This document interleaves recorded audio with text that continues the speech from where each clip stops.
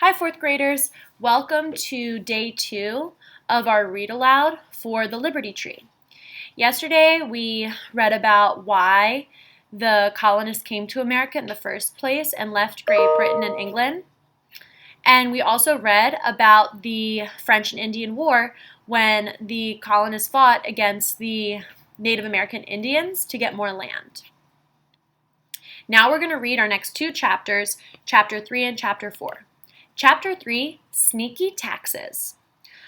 Before I even read this, since we already read a read aloud about the Revolutionary War, I want you to pause and think about what this chapter is going to teach us. If it's called Sneaky Taxes, think back to what we learned before and write down what do you think this chapter is going to teach us. Make a prediction.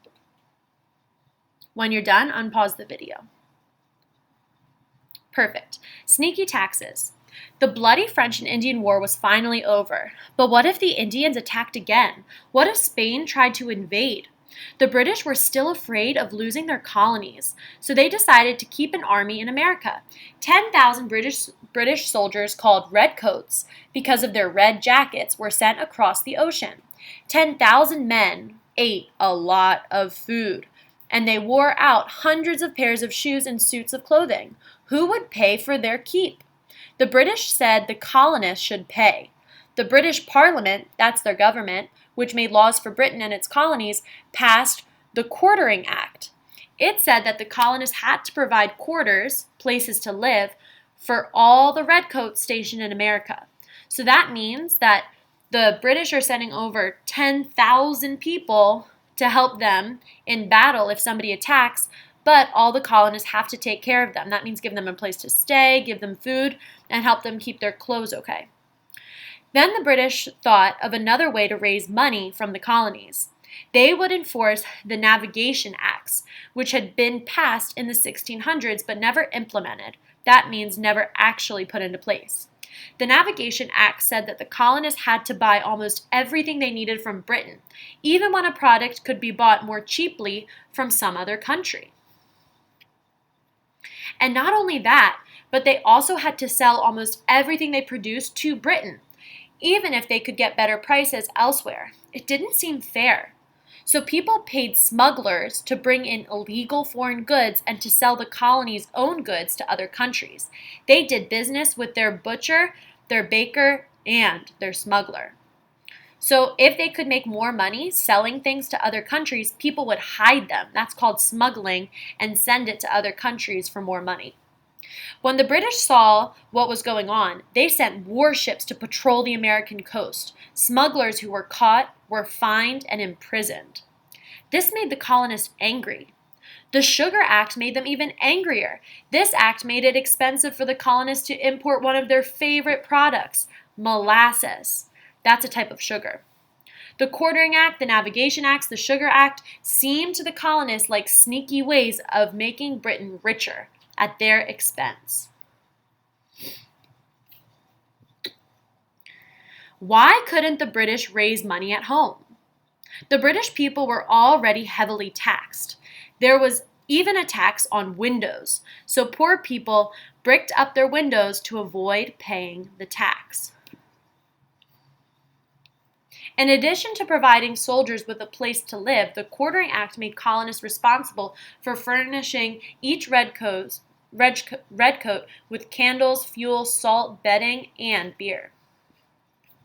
One day, a British customs officer seized a ship carrying an illegal cargo of molasses. He left some of his men in charge of the ship and went for help. When he returned, the cargo was all gone. So were the ship's sails, anchors, and ropes. 40 armed men with blackened faces, he was told, had carried them off. So here we've learned that the British are trying to make money from the American colonists by selling them things and by making sure that all of their goods are sent to England to sell. The Death Head Stamp. The Stamp Act of 1765 was the last straw. Parliament had passed a new tax. Now, every piece of paper that changed hands in the colonies Every newspaper, marriage license, will, diploma, and land deed had to carry a British stamp before it could be considered legal. And the colonists had to pay for these stamps. People were furious. Riots broke out in Boston. In other cities, there were demonstrations and violent speeches against the British. To many, the Stamp Act seemed like the death of liberty or the death of freedom. Americans didn't mind paying taxes to their local governments. That seemed fair because they elected their own representatives. But there was nobody to represent them in the British Parliament. So the people in America are getting mad because they're paying these taxes and the money isn't going to their own governments. The money's going to government all the way in England. The Stamp Act was taxation without representation. It could not be allowed. Groups of angry men formed bands called the Sons of Liberty. They burst into the homes of stamp tax collectors and warned them to resign. That means to quit. If a stamp tax collector refused, the Sons of Liberty threw rocks through his precious windows. Glass was very expensive. If he still held out, they smashed his house and all his belongings. Naturally, hardly any stamps were sold. Parliament finally gave in and repealed or took away the Stamp Act. What wonderful news! Bells rang out in every city. People danced in the streets. They cheered and drank toast to good King George. Long live the king! They were sure that the king was on their side. Now they thought America would be treated fairly at last.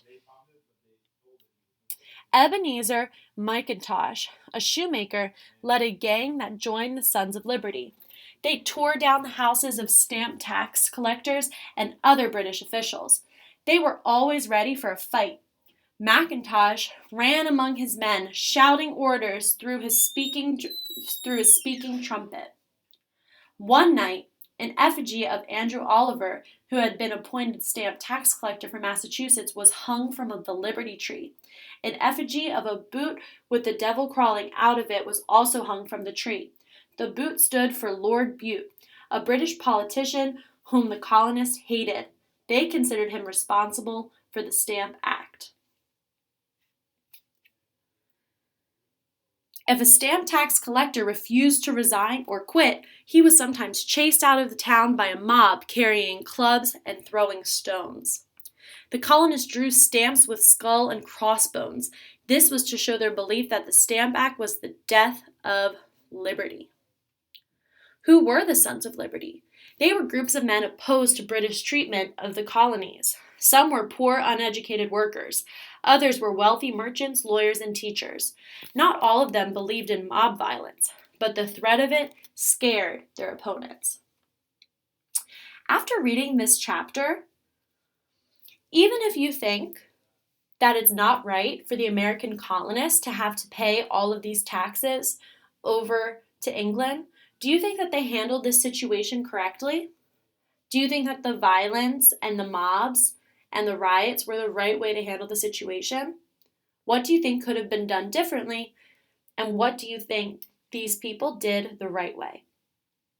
Come back tomorrow so we can continue reading The Liberty Tree. See you then.